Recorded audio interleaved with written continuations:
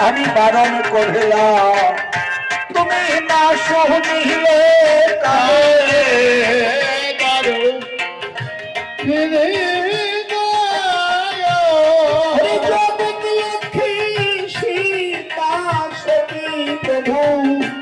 তুমি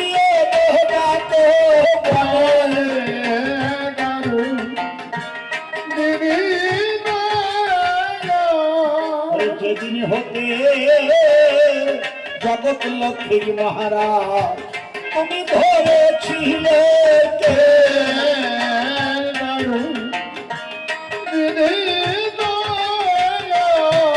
সেই দিন হতে ছেড়ে গেছে মহারাজ তোমার স্বর্ণে লঙ্কার